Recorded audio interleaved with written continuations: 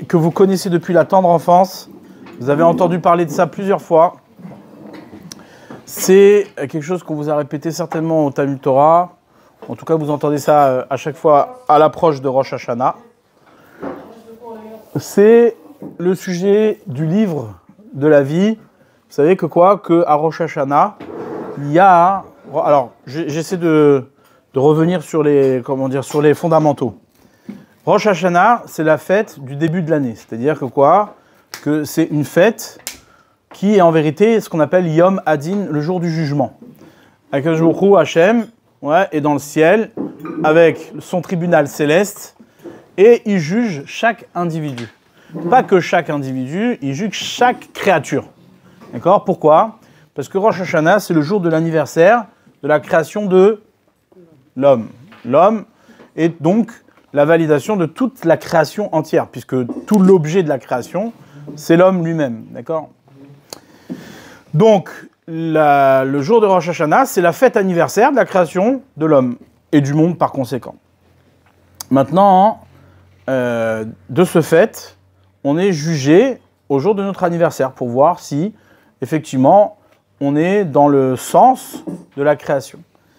Et ce qui est très bizarre, c'est quoi? C'est que quand on nous parle de ce jugement-là, on nous dit, voilà, celui qui s'est comporté comme il faut, je suis grossier dans ce que je dis, mais celui qui s'est comporté comme il faut, alors il sera inscrit dans le livre de la vie.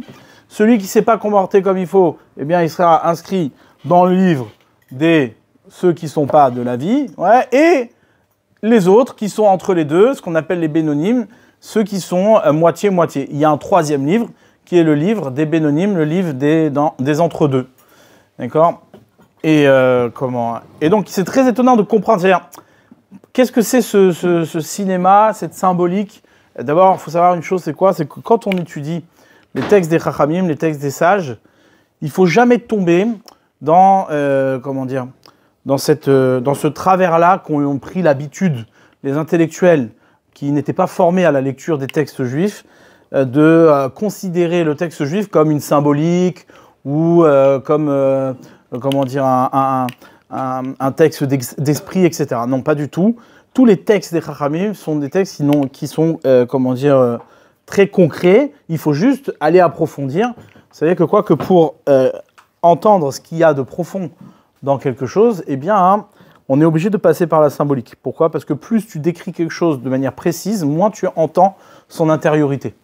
Ouais, par exemple, je prends une personne, je dis voilà, cette personne-là, elle a les yeux bleus, elle est blonde, elle est petite, elle est grande, elle a 2 bras, 2 jambes, etc. Donc plus tu vas décrire, ça concerne tout le monde, hein, mais mais si plus tu la décris, et plus tu vas rentrer dans dans quelque chose qui va de moins en moins t'intéresser à ce qu'il y a de profond chez la personne. Ouais, pourquoi? Parce que tu es dans l'aspect descriptif. Donc du coup, pour pouvoir faire entendre la profondeur de quelque chose, eh bien, hein, on est obligé de rentrer dans ce qui est en apparence symbolique. Et pourtant, Akadosh Baruch Hu, il a créé le monde avec une extériorité, d'accord, des corps, et aussi des âmes qui, elles, ne se voient pas. Mais les corps sont les moyens d'atteindre l'âme. Ok, très bien. Donc ça, c'est assez simple. Je voulais juste redémarrer là-dessus, sur des choses simples, pour qu'on s'entende sur la suite. Maintenant, moi, ce que je trouve bizarre, et je pense que vous aussi, c'est cette manière de nous parler du jugement. C'est-à-dire qu'au bout du compte, si tu passes le jugement, alors tu es inscrit dans un livre. Ça veut rien dire. C'est-à-dire, si tu me dis qu'on mérite la vie, alors on mérite la vie. Qu'est-ce que tu as besoin de me le dire sous la forme de, tu sais quoi, tu seras inscrit dans le livre des vivants, et toi, tu seras inscrit dans le livre des non-vivants. Ouais. Qu'est-ce que ça veut dire? Et d'abord, un non-vivant qui est inscrit dans un livre, ça veut dire quoi? Encore, à la rigueur, le vivant, il est inscrit quelque part, il continue à vivre. Mais celui qui meurt, être inscrit dans un livre, ça veut rien dire. Il n'y a rien qui continue, donc tu es inscrit nulle part, en fait. Ouais, qu'est-ce que ça veut dire? Donc, pour comprendre ça, il faut essayer de s'analyser soi-même. Comment nous, on fonctionne. Ouais. Lorsque vous avez un projet ou une idée, vous démarrez par ce qu'on appelle une volonté. Ouais. Tout démarre de la volonté. Pas la volonté de quelque chose qui est provoqué par l'extérieur, par exemple des sushis. Voilà, tu vois des sushis, tu dis j'ai envie de manger des sushis. Ouais. Donc j'ai la volonté de manger des sushis. Eh bien, Et quand tu lui dis que tu as la volonté de manger des sushis, évidemment, c'est pas une volonté, c'est pas une vraie volonté. Ouais, c'est juste, comment dire, une excitation de sushis qui vient pousser tes envies à aller manger des sushis. C'est une volonté, on va dire, subjective, circonstancielle. Mais lorsque tu parles d'une véritable volonté, c'est-à-dire une volonté qui naît du lieu même des volontés, eh bien, ça ne peut pas être provoqué par un extérieur. C'est quelque chose qui est intimement lié à l'être, à la personne. Quand tu exprimes une volonté pure, c'est quoi? C'est que cette volonté, elle a été provoquée par ce que tu es, ton être, pas des choses extérieures. Maintenant, il est très difficile d'atteindre ce genre de volonté. Ouais, la plupart du temps, elles sont perturbées par, par des influences extérieures. Mais ça arrive. Maintenant, imaginez-vous, à l'origine de la création, quand Akadosh Baruch Hu a eu la volonté de créer le monde, cette volonté-là, elle avait nulle part où se déposer. Ok, j'ai envie de créer le monde, je veux créer l'homme. Ouais. Et cette volonté, où elle va s'exprimer? Puisque lui, il est l'existence tout entière. Donc, il veut avoir la volonté. C'est très bien. Nous, quand on a une volonté qui naît de soi, eh bien, j'ai aucun moyen de l'exprimer. Il va falloir que je mette en œuvre tout ce qu'il faut pour pouvoir, justement, habiller cette volonté, proposer cette volonté et la faire exister. D'accord? Par exemple, vous êtes un auteur de livres. Elle me regarde. Ça va? Et là, vous avez envie d'écrire un livre. Vous avez une idée. Ça vous est déjà arrivé d'avoir envie d'écrire un livre ou pas? Non, jamais. Vous avez une idée de livre. Vous aimeriez bien écrire un livre, d'accord? Et donc du coup, vous avez plein d'idées dans votre tête. Vous avez, vous avez quelque chose qui s'exprime, en une seule entité en vous. Mais à un moment donné, il va falloir passer à l'acte et écrire, parce que le lecteur, lui, il va pas pouvoir comprendre l'infini de votre volonté. Donc il va falloir la mettre dans des cases, il va falloir la mettre dans des mots, des lettres, etc. Et donc on va la définir, cette volonté. D'accord? Maintenant, il y a marqué qu'au moment de la création, quand Akadosh Baruch Hu il a créé le monde, le texte il dit comme ça, Sefer Vesipour. Il a créé le monde avec 3 livres. Ouais. Quand il a créé le monde, il n'y avait rien. Il avait une volonté infinie. D'accord? Cette volonté infinie, elle est prisonnière. Pourquoi? Parce qu'elle n'a nulle part où s'exprimer. Donc, qu'est-ce qu'il a fait? Eh bien, il a écrit son livre. Akadosh Baruch Hu, il a écrit son livre. Mais il y a marqué qu'il a écrit son livre dans 3 livres. C'est quoi ces 3 livres? En vérité, c'est un seul livre, nous disent nos sages. Ouais, le Gaon de Vilna, ils disent que ces 3 livres sont un seul livre. Mais ces 3 livres, en vérité, correspondent justement à la lecture du seul livre. Quand vous écrivez un livre, eh bien, il y a 3 manières de lire ce livre. Il y a la première manière, c'est celui de l'auteur. L'auteur, quand il écrit son livre, il a une volonté et il sait où il va, il sait ce qu'il a écrit. Il y a le lecteur. Le lecteur, lui, il n'est pas forcément connecté à ce que l'auteur veut dire. Souvent, on est dans l'interprétation. D'accord? La plupart du temps, 99% du temps, le lecteur lit autre chose que ce que l'auteur a écrit. D'accord? C'est presque impossible d'avoir la même intention. Et lorsque on arrive à avoir la même intention, lorsqu'on arrive à connecter avec l'auteur, eh bien, qu'est-ce qui se passe? On a ce qu'on appelle un sipour, on a ce qu'on appelle une histoire à raconter. Ça veut dire quoi? C'est-à-dire que tu vis le récit de l'auteur d'une manière tellement forte que tu le réexprimes. Ouais, tu fais du théâtre, tu sais de quoi je parle, d'accord? Tu le réexprimes avec ton style, avec ta résonance, d'accord? Mais c'est exactement ce que l'auteur voulait. Seulement, ça sera différent. Chacun est différent dans son expression. D'accord? Vous êtes avec moi? C'est bon? Ouais? Ok, super. Donc, quand Akadosh Baruch Hu dit qu'il a créé le monde avec 3 livres, Sefer, Vesipour, ça veut dire quoi? Ça veut dire que le monde, eh bien, on peut le lire de 3 livres différents. Soit on le lit suivant l'écriture de l'auteur, exactement comme Akadosh Baruch Hu l'a pensé, d'accord? Soit on le lit complètement différent de ce que Akadosh Baruch Hu a pensé son monde, soit on le lit exactement comme il a pensé, mais on l'exprime avec notre sensibilité, mais sans trahir ce qu'il a pensé. D'accord? Ce qu'on appelle le sipour. Et ces 3 livres, en vérité, sont un seul livre. Ces 3 livres, c'est pas quand on va parler du livre erroné, on va pas dire que c'est rien du tout, ça n'existe pas. Non, c'est un livre. Ce livre-là, il existe. Il est un support. C'est-à-dire que quand Akadosh Baruch Hu, il a créé le monde, et d'ailleurs c'est valable pour nous aussi, lorsqu'on crée quelque chose, eh bien, le fait de mal l'interpréter, ça ne veut pas dire que quoi, hein, qu'on a fait disparaître ce qu'on a écrit. Non. C'est juste que quoi, que notre écriture est à l'origine d'une dérive. D'accord? Donc vous imaginez bien que quoi, que quand Akadosh Baruch Hu, il a créé le monde et qu'il a écrit ça, bon, la dérive, il l'a anticipé.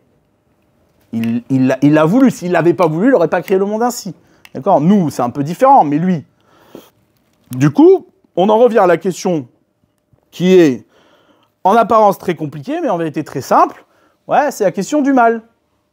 Lorsque l'homme dérive vers quelque chose qui est mauvais, donc c'est quoi mauvais? C'est être à l'opposé de la volonté de Dieu, d'accord? Eh bien, qu'est-ce qui se passe? En vérité, qu'est-ce qu'il a fait? Il a mal interprété ce qu'il a vu. Ça veut dire qu'il a mis une réalité sur ce qu'il voit, mais exactement les mêmes mots qu'Akadosh Baruch Hu a rédigés. Tout le monde voit la même chose, d'accord? La seule chose, c'est quoi? C'est que toi, tu l'interprètes comme ça, et l'autre, il l'interprète autrement. C'est ce qu'on appelle la connaissance. Ouais. Je vais vous faire un petit exercice. C'est important de faire cet exercice chaque année. Souvent, je le refais. Pourquoi? Parce que ça aide à développer un petit peu l'intelligence. Il y a une différence entre ce qu'on appelle le savoir, la réflexion, d'accord, et la connaissance. C'est trois niveaux différents. Le savoir, c'est ce qu'on apprend des autres. D'accord? Quelqu'un sait quelque chose que je ne sais pas, il me le fait savoir. D'accord? C'est assez simple. Ensuite, il y a la réflexion. Une fois que la personne me fait savoir quelque chose, je réfléchis de mon côté, je me dis, tiens, c'est intéressant ce qu'il m'a dit, et puis je fais des analyses, je fais des analogies, j'approfondis et j'essaie de voir un petit peu comment cette chose-là correspond à mes idées ou pas. D'accord? Ça, c'est la réflexion. Et ensuite, il y a ce qu'on appelle la connaissance. La connaissance, c'est ce qui vient après le savoir et la réflexion, c'est-à-dire qu'une fois avoir passé ces deux étapes, qu'est-ce que tu fais? Eh bien, tu intègres l'objet de ton étude à ta réalité. Ouais. Par exemple, si maintenant j'arrive à imaginer que ce verre-là, ce verre, eh bien, il n'est pas existentiel pour moi, c'est-à-dire que pour moi, il n'existe pas. Ouais, imaginez-vous, une vérité. Ouais, si je dis que cette canette de Coca Zéro est sur la table dans cette pièce, est-ce que c'est une vérité? Oui. C'est une vérité.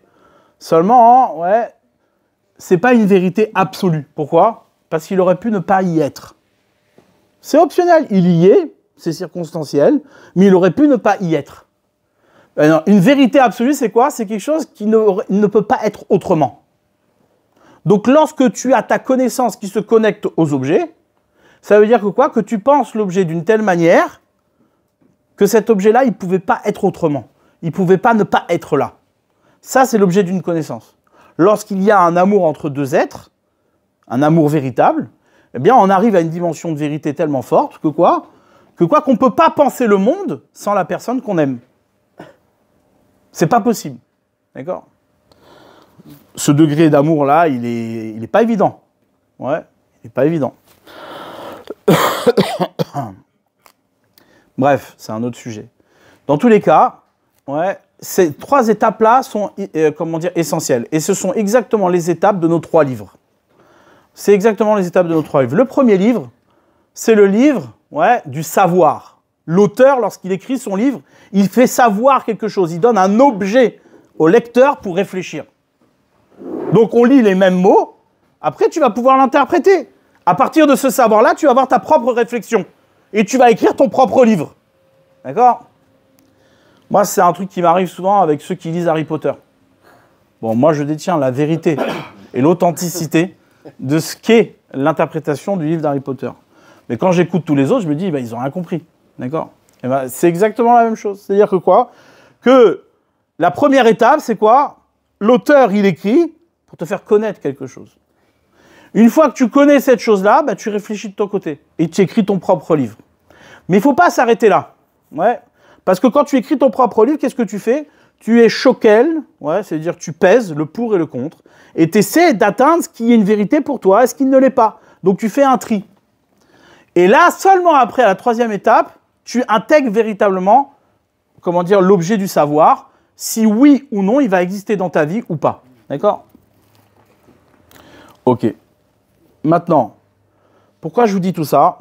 Parce que c'est exactement l'objet de Rosh Hashanah. lorsqu'on parle de Rosh Hashanah, lorsqu'on parle du début d'année et de ce jugement-là, ce jugement n'est pas un jugement de, comment dire, de valeur.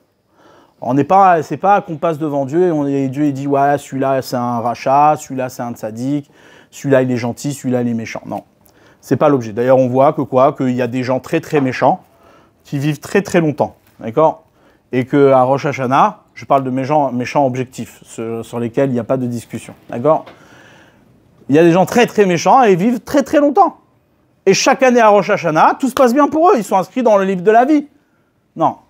Quelqu'un peut être vivant très longtemps et être inscrit dans le livre des Rechaim, être inscrit dans le livre de la mort. C'est pas contradictoire. Ça veut dire quoi? Ça veut dire qu'en vérité, lorsqu'on parle du livre de la vie ou lorsqu'on parle du livre de la mort, on ne parle pas ni de la vie telle qu'on la conçoit nous et de la mort telle qu'on la conçoit. On parle de quoi? On parle d'être inscrit dans le livre de la vie. C'est-à-dire quoi? Être inscrit dans le livre de la vie, ça veut dire est-ce que ce que tu penses, ce que tu agis, s'inscrit dans la vie, dans la lecture du livre qui est vivant, ou bien il s'inscrit dans un livre, dans une histoire qui va peut-être durer très longtemps, mais qui est morte. D'accord? C'est ça l'objet de Rosh Hashanah. Ouais. Et ça, c'est un point qui est décisif dans notre quotidien. Dans tout ce qu'on fait, c'est cette question-là qu'il faut se poser. Est-ce que ce que je suis en train de faire maintenant, est-ce que ce que je vais réaliser s'inscrit dans quelque chose qui est vivant, ou alors ce que je produis, c'est quelque chose qui va flétrir, qui va disparaître, qui va pas durer. Ouais. Dans tout, c'est comme ça. Ouais, c'est une question qui est complètement, objective et quotidienne. Alors c'est vrai que nous, la plupart du temps, on s'arrête plutôt au deuxième livre. Ouais, on a du mal à passer au sipour, à l'histoire. Vous savez comment on dit en hébreu, et d'ailleurs en français c'est comme ça aussi, comment on dit un chiffre en hébreu, un nombre, mispar. Mispar, c'est exactement les mêmes, tu vois, tu l'écoutes à l'oreille. Mispar, ça ressemble au mot sefer. Ouais, ceux qui veulent faire de l'hébreu, écoutez attentivement, vous allez voir comment l'hébreu ça fonctionne. L'hébreu ça fonctionne sous forme de racines. Donc tous les mots sont liés. Ouais, ceux qui se ressemblent en tout cas et qui ont le même sens, la même origine. Maintenant, il y a quelque chose de bizarre. Ouais. C'est quoi? C'est que le nombre, le mispar, ressemble au mot sefer, sipour, les saper, ouais, raconter. Un livre, c'est un sipour, c'est une écriture sur laquelle on a raconté quelque chose. D'accord? Quel est le lien entre le mispar, entre le nombre et l'écriture? Et pourtant, en français, qu'est-ce qu'on dit? On compte une histoire. C'est bizarre. Ça ne s'écrit pas pareil. D'accord, c'est vrai. Mais quand même, ça veut dire on entend quelque chose ici qui ressemble, qui est très ressemblant, et c'est sûr que ce n'est pas anecdotique. D'accord? Surtout que si en hébreu on le retrouve, c'est qu'il y a une origine. D'accord? Donc, compter une histoire, c'est raconter une histoire. Mais quel rapport il y a entre le conte, ouais, et l'heure? Alors, de manière très simple, compter une histoire, c'est quoi? C'est en vérité, ouais, rassembler toutes les différentes lettres et toutes les différentes étapes, ouais, en un seul ensemble. C'est ça les nombres. Les nombres, ouais, vous avez fait ça quand vous étiez plus petit. Ouais, l'ensemble des nombres entiers, par exemple. On rassemble tous ces nombres-là et on les met dans un ensemble. Eh bien, c'est un livre. C'est exactement ça. Donc, en vérité, raconter son histoire, c'est quoi? C'est d'être capable de comprendre que ce que je suis en train de raconter est un continuel dépassement des limites de la lettre et des limites des différentes étapes que je traverse. C'est-à-dire qu'à chaque étape que je traverse, je découvre qu'il y a une deuxième étape, et ainsi de suite, et qu'il y a un approfondissement possible. Ouais. Jusqu'à aller découvrir véritablement le lien qu'il y a entre la volonté originelle et ce que je suis vraiment. Et ce que je désire être. Comment je désire le vivre. Ouais. Maintenant, quand je rencontre une personne mauvaise, ouais, eh ben comment je dois réagir? Comment je fais? Ouais. Eh bien, c'est exactement comme ça. Je découvre quelque chose de mauvais, il me raconte son histoire. Ouais. Son histoire, soit je vais exactement m'identifier à son histoire, soit je vais lire ma propre histoire. Et donc là, on fait un chemin inverse, c'est-à-dire que ce qui est au départ mauvais devient bon, et après je crée mon sipour, je crée ma propre histoire. Si je me laisse influencer, ben je quitte jamais le premier livre. Par contre, si je continue ma propre histoire, je comprends que quoi que, bien, mon histoire, c'est un dépassement à chaque fois, d'accord, de quelque chose qui est limité, et bien là, je peux arriver jusqu'au Sippour, je peux arriver jusqu'à ma propre histoire. Et en vérité, Rosh Hashanah, ça n'est que ça. Ouais. Rosh Hashanah, c'est ni plus ni moins que la question de savoir où se place ta vie. Est-ce que ta vie se place dans le livre des vivants ou est-ce que ta vie se place dans le livre des morts? Le livre de la mort, c'est pas que tu vas mourir l'année. Hazvé Shalom, c'est pas ça. C'est pas ça l'idée. C'est de savoir s'il y a encore quelque chose à faire. Est-ce que tu es encore enfermé dans tes petites idées où tu ne peux plus évoluer, où tu n'as plus de perspective, ouais, ou bien tu vas être encore capable de te renouveler, de réfléchir, de rebondir, de continuer l'histoire. D'accord? Jamais Dieu il va juger l'homme et l'enfermer dans quelque chose. Il ne fait que révéler combien son histoire il s'est piégé dans son histoire. Et ça, c'est le danger. Rosh Hashanah, pourquoi on revient au moment de la création? On revient au moment de la création parce que c'est comme si aujourd'hui on naissait. Ouais, on naît aujourd'hui. Et donc, puisque je nais aujourd'hui, eh bien, je me redéfinis. J'ai une chance, c'est quoi? C'est de pouvoir tout redéfinir, redémarrer à zéro. Ouais. Par exemple, c'est des choses qui peuvent toucher chacun. Je me suis disputé avec quelqu'un. D'accord? Bon, tu te disputes avec cette personne, c'est, la dispute, elle est vécue comme quelque chose qui est définitivement mort. Ça y est, c'est fini, je me suis disputé avec elle, je ne peux plus me réconcilier, c'est fini, je ne veux plus entendre parler d'elle. Ouais. Maintenant, le fait de pouvoir se dire que quoi, imaginez-vous cette personne, tu la rencontres, 30 ans plus tard. Tu la revois plus pendant 30 ans, tu la revois 30 ans plus tard. Est-ce que la dispute elle va être pareille? Non. Tu vas dire, bon, c'était ridicule. Moi, je me rappelle une fois, j'étais ado, je m'étais disputé avec un pote très proche. Ouais. Pour des bêtises, hein, des histoires de filles. Pas que moi, j'étais intéressé par quelque chose, mais c'est que, bref, une histoire bidon, quoi. Ouais. Une histoire du quotidien. Et donc, qu'est-ce qui se passe? Je me suis disputé, il ne voulait plus jamais me parler. Bon, ok, il ne me parle plus. Mais 30 ans plus tard, enfin peut-être un peu moins quand même, presque 30 ans en fait, ouais, presque 30 ans plus tard, on se rend compte comme si de rien n'était. Pourquoi? Parce qu'en vérité, qu'est-ce qui se passe? Tu t'es mis dans une condition où le type, il avait complètement disparu, ouais, et lui aussi, il m'avait complètement mis de côté. Et donc le fait de se retrouver, c'est comme une renaissance. Ouais. Ça, en fait, Rosh Hashanah, ce n'est que ça. Rosh Hashanah, c'est de se dire, Hachem, il vient, il t'ouvre la possibilité d'être à zéro. Mais il y a une condition. C'est que toi, tu acceptes de te remettre à zéro. Et ça, c'est la chose la plus difficile qui puisse exister. Ouais. Lorsque tu viens et que tu commences quelque chose, et tu dis, bon, attends, c'est quoi, ma vie d'avant, je la remets totalement en question. Ouais. Je la remets totalement en question. C'est-à-dire, je redéfinis tout. Je suis prêt maintenant à tout remettre en forme. Ça ne veut pas dire que tu as des choses que tu vas complètement annuler. Ça veut juste dire que tu redémarres ta réflexion. Tu es prêt à te remettre en question. Ouais. Alors là, à ce moment-là, tu es vivant. Tu es vivant. Mais quelqu'un qui ne se remet pas en question, alors il est inscrit dans le livre de la vie. Ça veut dire quoi? Inscrit dans le livre de la mort, pardon. C'est quoi être inscrit dans un livre? C'est en vérité, tu participes à l'histoire de ce livre. Et en vérité, le monde, il raconte une histoire. Il raconte une histoire. Akadosh Baruch Hu, quand il a écrit le monde par sa création, en vérité, il a déposé sa volonté, il a raconté ce qu'il voulait. Seulement, nous, on peut l'entendre, comme on peut entendre complètement l'inverse, parce que tout livre est sujet à interprétation. Ouais.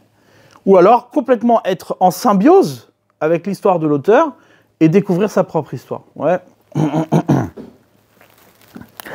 Ça, c'est l'objet du Sefer. Maintenant, je conclue juste avec une petite idée qui vous fera peut-être réfléchir. Vous savez qu'en Mitzraïm, en Égypte, le commencement de l'histoire du peuple juif, c'était quand? C'était en Égypte. Le peuple juif n'était pas encore un peuple juif. Ouais, il était complètement, perdu, ouais, en Égypte, sous l'assimilation égyptienne. Et donc, nos sages nous disent que l'Égypte, elle était tellement, enfermée. Elle était tellement, d'une très grande influence qu'elle empêchait les gens de se libérer de l'esprit égyptien. Ouais. Mitzrayim, ça veut dire Metzer Yam. C'est un endroit fermé, un endroit bouclé, d'accord, duquel on ne pouvait pas sortir. Pas parce qu'on ne pouvait pas sortir physiquement, mais parce que intellectuellement parlant, c'est-à-dire dans notre civilisationnellement parlant, on ne pouvait plus en sortir. S'imaginer un autre modèle, c'était impossible. Ouais. Mitzrayim, nous disent nos sages, c'est la même valeur numérique, ouais, que Mispar, le nombre. Et vous regardez, qu'est-ce qu'on fait? La première chose qu'on fait le soir de Pessah, lorsqu'on raconte la sortie d'Égypte, ouais, qu'est-ce qu'on fait? Le deuxième soir. Dès le deuxième soir, une mitzvah très connue. Non? Oui? Non? Aaron? Tu connais la mitzvah du deuxième soir de Pessah? À part le deuxième seder? Non. C'est pas grave. C'est quoi? C'est le compte du Homer. On compte le Homer. C'est-à-dire qu'il y a 49 jours qui séparent la sortie d'Égypte jusqu'au don de la Torah. Et on a une mitzvah de compter ces jours-là. 49 jours et 7 semaines. Bizarre quand même que quoi? Que on était dans un nombre enfermé en Égypte et que de suite après, on te demande de compter. On te demande de compter. Pourquoi? Parce que le soir de Pessah, tu racontes la sortie d'Égypte. Ça veut dire quoi raconter la sortie d'Égypte? C'est de dire qu'en vérité, on peut se libérer, ouais, de notre, de notre prison de l'esprit. On peut se libérer de la lecture qu'on a du livre qui est erronée. Ça, c'est possible. Et donc, on te dit, voilà, tu sais, tu veux t'en sortir, tu ne peux pas changer du tout au tout. Tu ne peux pas passer d'un opposé à l'autre. Mais par contre, ce que tu peux faire, c'est quoi? C'est commencer à compter. Accepte de recompter les choses. Accepte de passer à un autre nombre. Et là, tu pourras te libérer du nombre dans lequel tu te trouvais. D'accord? Bref, je ne veux pas approfondir plus, ouais, parce que c'est suffisant. Mais je pense que l'idée, ouais, du livre, elle est, elle est percutante. Ouais, elle est percutante. Comprendre que quoi? Que ta vie, tu ne fais pas que la vivre. Ouais. Tu lui crées son espace. Tu lui crées son lieu d'expression. Ouais. Ça, c'est une chose qui est fondamentale dans l'approche que tu as des choses. Lorsque tu rencontres une personne, lorsque tu étudies un livre, lorsque tu rencontres, des difficultés dans la vie, la première question qu'il faut se poser, c'est pas de se dire « Bon, ben voilà, c'est comme ça, il faut que je gère et que je prends sur le tas. » Non. C'est de dire « Comment je vais utiliser cette histoire-là, d'accord, pour devenir moi-même. » Ouais. Comment je vais pouvoir faire de cette situation-là pour m'inscrire dans mon propre livre, le livre de la vie. Ouais. Ça, c'est l'objet de Rosh Hashanah. Et c'est pour ça que Rosh Hashanah est intimement lié à la création du monde et donc au recommencement. C'est comme s'ils nous disent nos sages que chaque année, on était recréé. La question qui se pose à Rosh Hashanah, c'est est-ce que tu vas te créer ou pas? Est-ce qu'on va te recréer ou on ne va pas te recréer? Ça, c'est la plus grande des difficultés qu'on a. Ouais. Vous savez pourquoi on mange kasher? Pas pourquoi, mais qu'est-ce qu'il y a dans le fait de manger kasher? Vous regarderez les animaux qui ont les signes. Ouais, les signes de cacheroute, c'est quoi? Vous connaissez les signes de cacheroute? Prenez une vache. C'est quoi? Qu'est-ce qui la détermine comme étant un animal kasher? Rumine, sabot fendu. Très bien. Qu'est-ce qui détermine un poisson kasher? Écailles et nageoires. Ok, très bien. Maintenant, qu'est-ce qu'il y a de spécial dans ces simanim, dans ces signes-là? Ouais. Ce qu'il y a de spécial, c'est quoi? C'est que c'est des signes qui montrent clairement que cet animal-là, il n'est pas, une conséquence directe de son environnement. La vache, quand elle mange, elle rumine. Ça ne va pas direct, ouais. C'est pas un lien direct avec ce qu'elle a mangé et elle. Non, ça rumine au milieu. Ouais. Les sabots fendus, c'est pas une connexion directe à son environnement. Il y a, une séparation depuis le lieu qu'elle occupe jusqu'à elle. Pareil pour les poissons quand ils se retrouvent dans la mer. Ceux qui ont les écailles et les nageoires, eh bien justement, c'est des signes qui montrent qu'ils défient leur environnement. Ouais. Un requin, il défie pas son environnement. Il est directement, c'est pour ça qu'il est très doué pour... Ouais. Ça, c'est l'objet du juif. Ce que tu manges, manger, c'est quoi? C'est vivre. Je connais personne, et croyez-moi mon expérience, comment dire, je connais personne qui est capable de vivre sans manger. D'accord? Manger, c'est être vivant. D'accord? Maintenant, il y a deux choses qu'on ne peut pas faire. Ouais, c'est-à-dire, ce qui caractérise la vie d'un point de vue matériel, c'est manger et dormir. Ouais. Si tu ne manges pas et tu ne dors pas, tu meurs. Manger et dormir, c'est déjà pas mal. Ouais. Maintenant, ce que tu manges et ce qui va produire ta vie, c'est-à-dire qui va faire la connexion entre ton âme et ton corps, c'est quoi? C'est une nourriture qui envoie comme message que tu dois défier ton environnement. Et c'est ça qui te rend sage. C'est ça qui te rend chacham, qui te rend intelligent. Parce que l'intelligent, c'est celui qui se remet tout le temps en question. Ouais, c'est celui qui se remet en question. Ben, se remettre en question pour tout révolutionner, ça n'a pas de sens. Mais se remettre en question pour pouvoir redéterminer le lien que j'ai avec le monde et mon environnement et les gens que je fréquente et comment dire, est-ce que je suis véritablement, ça c'est indispensable. Ouais. C'est pour ça qu'un juif il mange kasher. Enfin, c'est pas pour ça, mais ça explique les signes de, comment dire, de ce qu'on appelle la cacheroute. Ouais. C'est pour ça qu'un insecte, on ne peut pas le manger. Un insecte, il est complètement englouti dans son environnement. D'accord ? Voilà ma petite réflexion de ce mercredi soir. Je vous invite à aller approfondir de votre côté et d'écrire votre propre livre. Bravo.